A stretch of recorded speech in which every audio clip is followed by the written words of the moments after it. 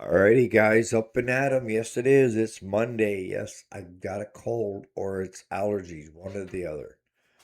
Spent all day long in the hayfield yesterday, and I'm paying for it this morning. I slept until a little after 5 instead of getting up at 2. I fell asleep in the chair last night, even before I had dinner. So, what are we going to talk about this morning? Well, I thought we'd talk about a few issues, and I'm going to use your advice, Kenny.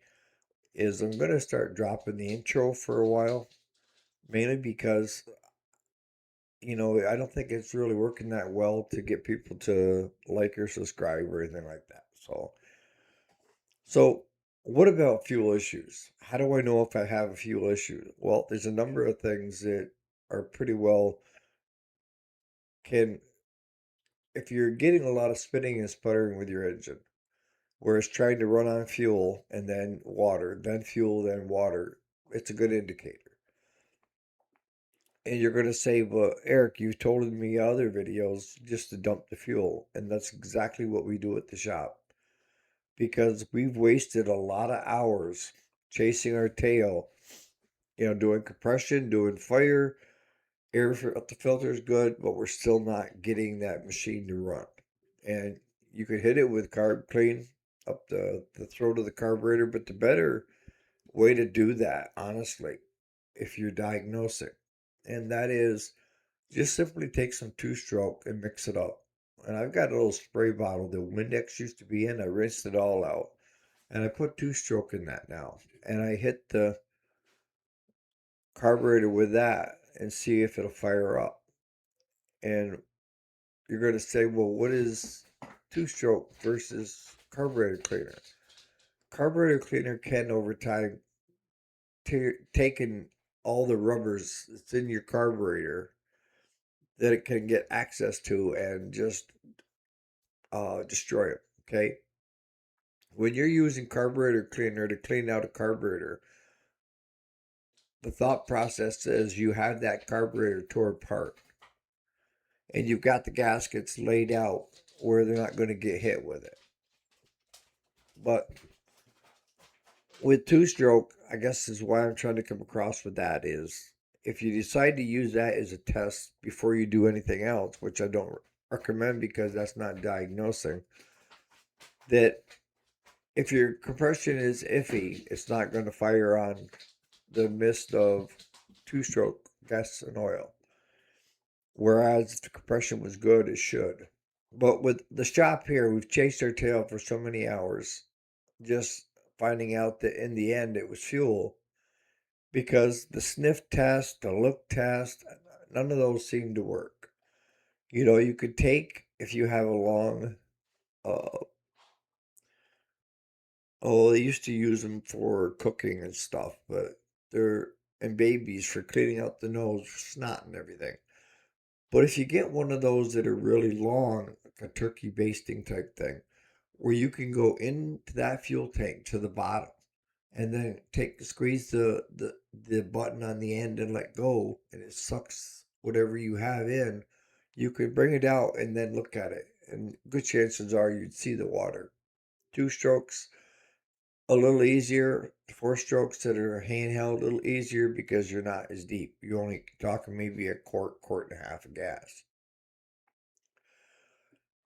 But we don't stop there, and a lot of times I forget, I assume that most people have some mechanical background. And that's where I'm trying to change things up is stop assuming and come at it at a level that everybody can understand and make it interesting so that people want to stay and listen. And then try not to skip any steps. I had to step back into my programming mode because I got a bachelor's in IT and I used to write a lot of scripts, a lot of programs, and to tell the computer what I wanted it to do. And, a good analogy would be like you walking to the store, telling somebody how to walk to the store. If you left out that they had to stop at the curb, look for traffic, and then wait for the light to change to walk across, then good chances are you'd get hit by a car. That's leaving steps out. and the person ends up getting hit by a car.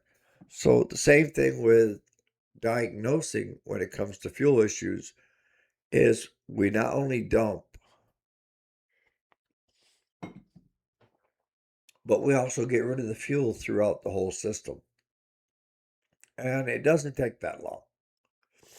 The Think if it's got a carburetor bowl, if it's a lawnmower and stuff like that, some of them have right on the bottom, they have a nut to drain off any water that could be in the carburetor. And there's a good another place to, when you drain that, have a plastic or glass container that you can see through and let everything, when it first starts running, let it run into that cup before you put it into a bigger container. And then you can look at the cup and see, okay, is there water in it or not? You'll see where water will separate out, and then you'll get your ethanol, then you'll get your fuel. So not only do we just take and drain the fuel, we also take and drain the carburetor, the fuel line from the fuel pump to the carburetor, and then the fuel line from the gas tank to the fuel pump. If it's gravity fed, just take and pull it off the carburetor, let it drain, and then take the bottom of the carburetor off if you have to, and get rid of any excess that is in there. Because if you don't do that step, you just drain the tank. You're still dealing with all that water that got taken down through the system to the carburetor, right? So if we drain the carburetor, drain the fuel pump, drain the lines going, and give it a half an hour to an hour to dry out before you put everything all back together, and then run fresh fuel in it, you'll notice a big difference. On some of the 2 strokes or 4 strokes that have the push button, or the push button with the primer bulb, a lot of times you could take and pull it off the one side of the where it goes into the throat of the carburetor and just put it into a cup and just keep pushing, bringing the fuel down through, okay, until you get what looks to be good fuel. And then plug it back in and it should fire right up. Fuel can be a pain in the back and a pain in the ass, because most people will say, well, I just bought that fuel. And we no longer live in the days of fuel lasting 2 to 3 years in the garage. We no longer live with, if we go get fresh fuel today, we know it's fresh, because that's not true either. I've seen people put fresh fuel in their lawnmower and have water problems. And they told me they just bought the fuel and we're dealing with water.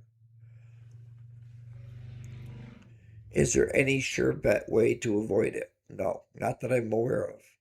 Even I told you guys, I was filling my truck up the other day and I was reading at the gas pump where it said 91 premium.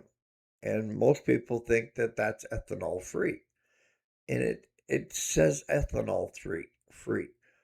But then I got to reading and it said all of them can contain up to 10% ethanol.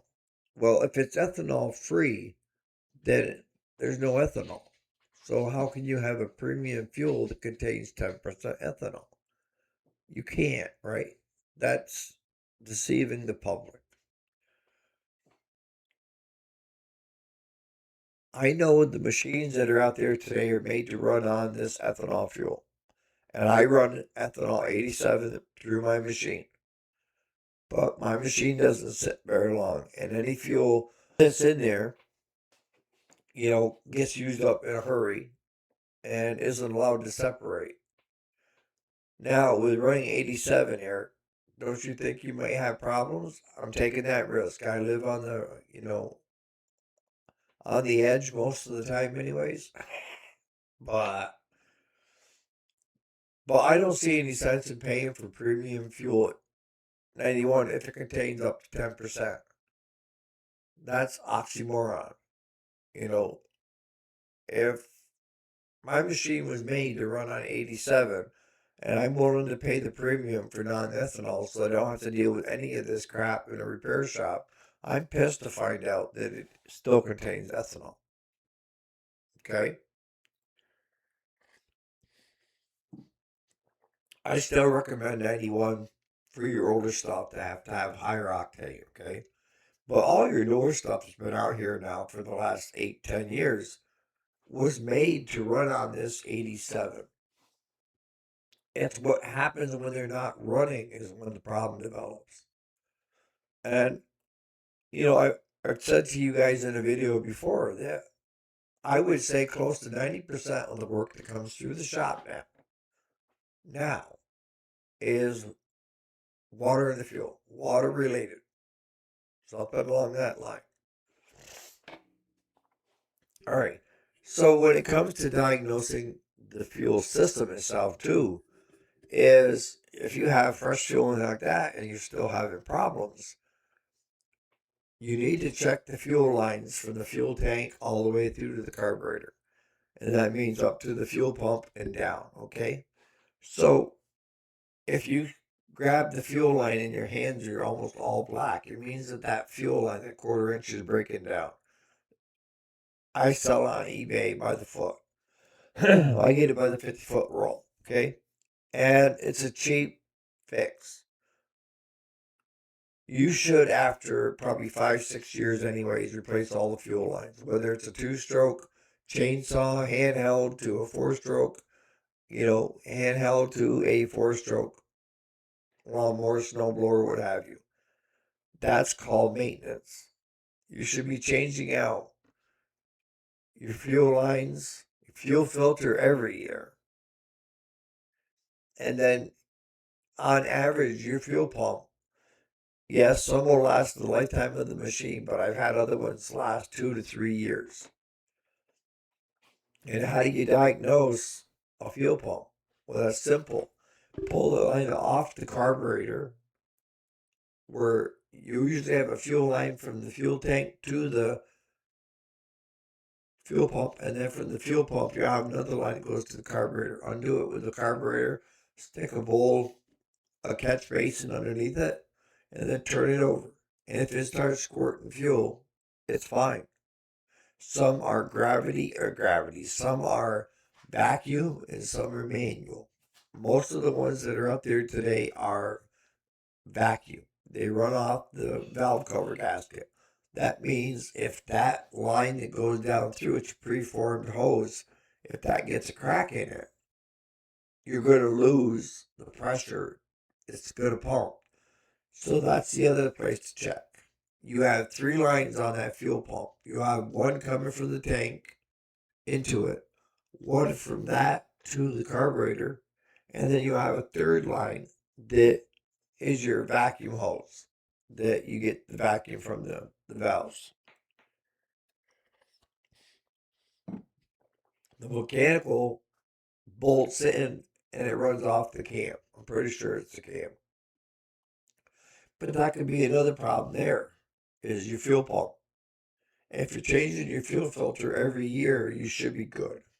But I've seen people never replace their fuel filter and have a problem come in, pop out a new fuel filter because the other one was plugged, especially with rusty tanks, the old metal tanks, plastic not so much.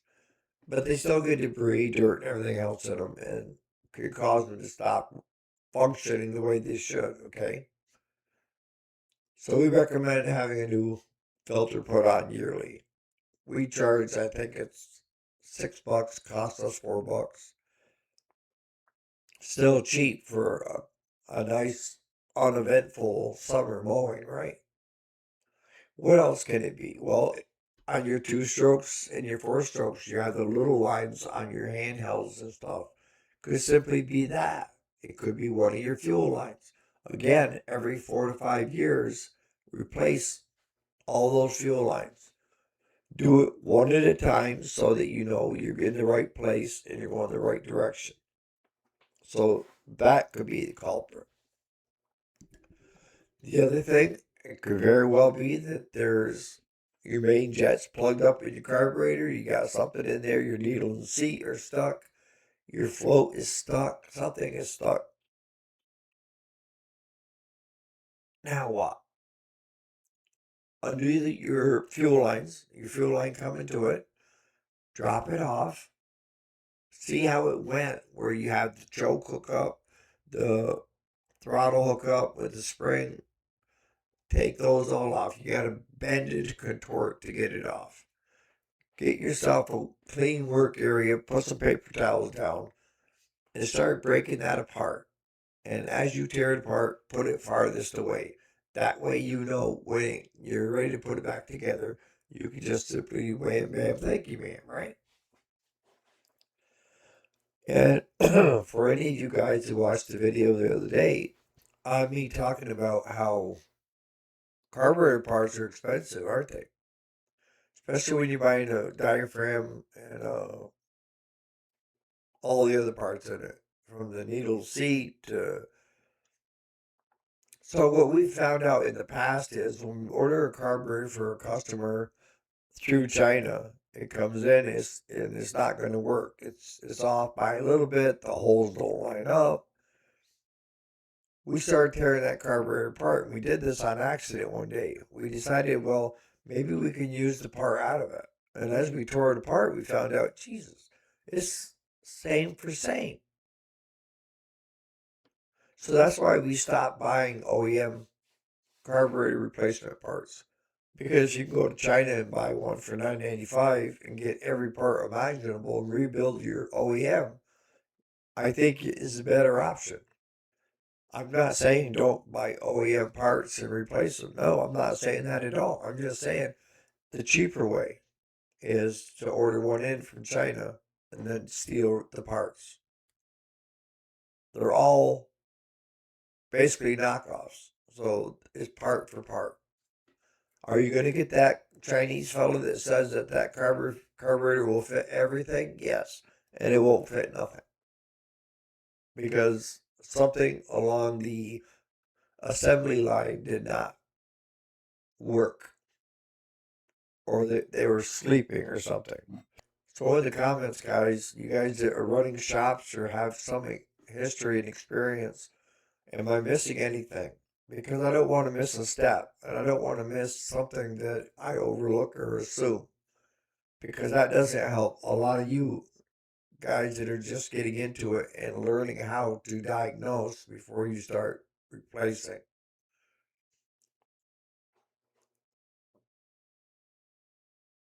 There's certain things that I call maintenance, and then there's certain things that I call, swapping parts out. And maintenance is on your mower, chainsaw, what have you, replace the plug, new fuel. If it's chainsaw, air breather. And if it's a lawnmower, we're looking at the spark plug, the oil filter, fuel filter, uh, air filter blown out if need be. And then the maintenance part is the hoses, your fuel lines, and that stuff. That can be done every 4 or 5 years unless you see that the hose is breaking down where your hands are all just black coal from grabbing a hold of that fuel line. It's breaking down from the outside in. So it's time to replace it before it gives you a problem.